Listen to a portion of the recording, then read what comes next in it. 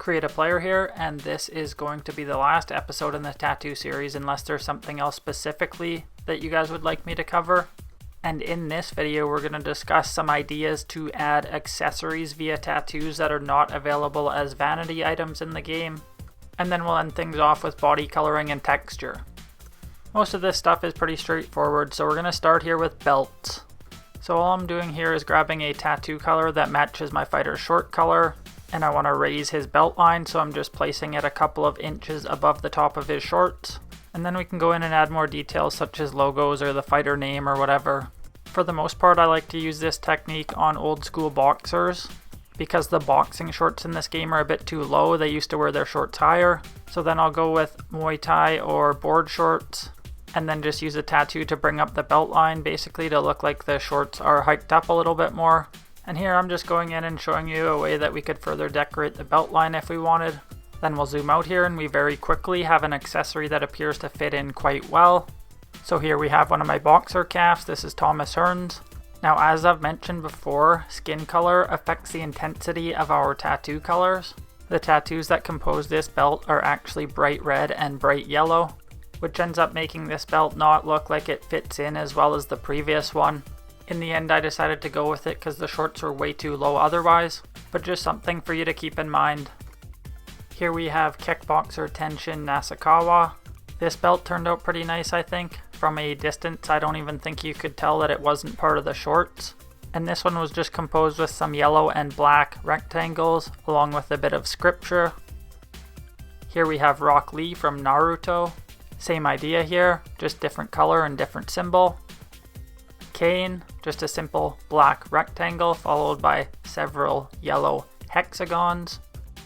And then Robin here with a utility belt, again just a black rectangle followed by several yellow shapes. And we can use the same sort of idea on our fighter's limbs if we want to add wraps or tape or elbow pads or something like that. So for demonstration I'm just going to add some wrist tape to this guy, and I'm going to make it purple. So I'm going to start with my purple square shape. Then I grab one of the tattoos with lighter color and stretch it out sideways, and then we'll bring down the opacity and it kind of gives us the effect of tape. Then we'll do another example over here on this other arm. This time we'll just try to make an elbow pad. These work well on wrestlers. You can make these as complicated or as simple as you would like. You could just do the black shape and end it there, but I'm going to add a few more layers. The more detail you add generally is just going to add to the completeness of the look. And we'll do one last one on his leg. We'll just do an ankle wrap here. We'll use blue this time instead of purple. I'm just going to move it to the bottom and then slightly raise it from his foot, because if you go too far it ends up just fading out and doesn't really look like tape. This time I'll grab a different lighter colored tattoo and stretch it out just to show you that there's no right way to do this. And then just like on the arm, when we have it where we want it, we just bring down the opacity. And there we can quickly make a sock or tape or wrap or whatever we're going for. Here's Sheamus with simple knee pads and wrist wraps. Each of these tattoos is just one green rectangle.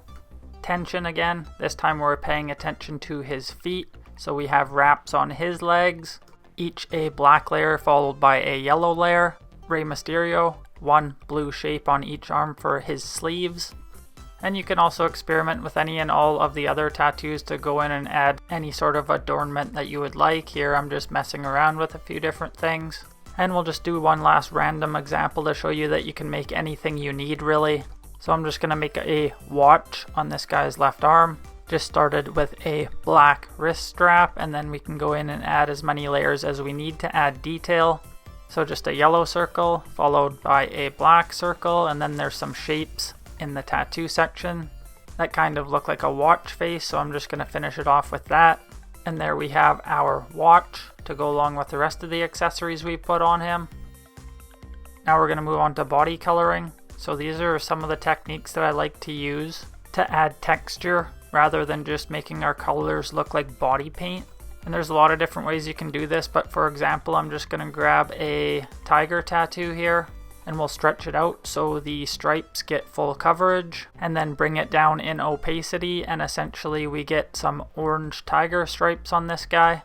And then we just go in and do the same thing on the arms and legs. And then just using this same idea, you can go in with any of the tattoos in the tattoo section and get many different looks. I use this technique a lot when I'm doing superhero clothing. So I'll go in and find some sort of symmetrical shape and stretch it over the entirety of the suit and then bring it down in opacity.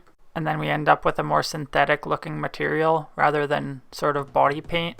But you can also use all sorts of different tattoos like a spider web hair. But here, Miscellaneous 10 is the tattoo that I like to use a lot for the superhero clothes. And I just position it in a way where it's equal on both sides of the body. Then we end up with slightly more texture than before. Let's look at some examples. So here is one of the avatars I made, and I used the tiger tattoo in concert with the blue skin color to try to replicate what I was seeing on her skin. Spider-Man, so here I used Skull's 10 tattoo to try to add the synthetic look to his suit. Venom, same idea, except this time we used Miscellaneous 10, which is the one I mentioned I like to use the most. Stretch it out, bring down the opacity. Killmonger, this one was a little bit different, so I used Miscellaneous tattoo number 6 to try to replicate the texture that is on his skin. He has this bubbly, or I guess rippled skin texture. And obviously we can't exactly duplicate it, but I just used this tattoo and brought down the opacity to make it appear as if there was some stuff going on his skin. And you can also see we have this accessory on his neck as well. And as I said before, we can just go in and mess around with some of the other tattoos to see what other kind of interesting effects we can get for body color and texture. So I've just grabbed this tree tattoo that I use quite often, and I'm making it very large and stretching it out across the body and then bring down the opacity. We end up with kind of a sort of vein look, and we can just switch the colors just to see what kind of different looks we're going to end up with.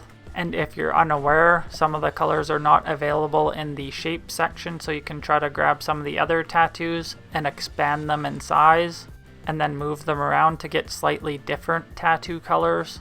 A couple of the tattoos in the miscellaneous section are probably the best for getting colors that are not available in the shape section. Numbers 21, 22, and 24 are some good options, I would say.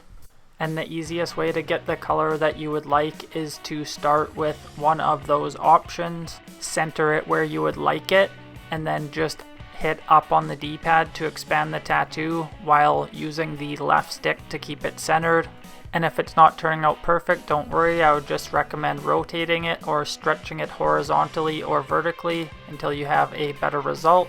And then there's other different effects you can get just by messing around with the tattoos. Like, for example, we'll just grab this Portraits number 8 here, and we'll position it in a way that it looks like honeycombs, sort of. Not that you necessarily need that or anything, but it just goes to show you that there's a lot of different little effects you can get by just messing around with the tattoos. So that's pretty much it, and we're going to end the video here. Like I said, this is going to be the last video in the series unless you have something else you would like me to address specifically. Otherwise, hopefully you were able to at least learn something from this tutorial series. Thanks for watching, and peace.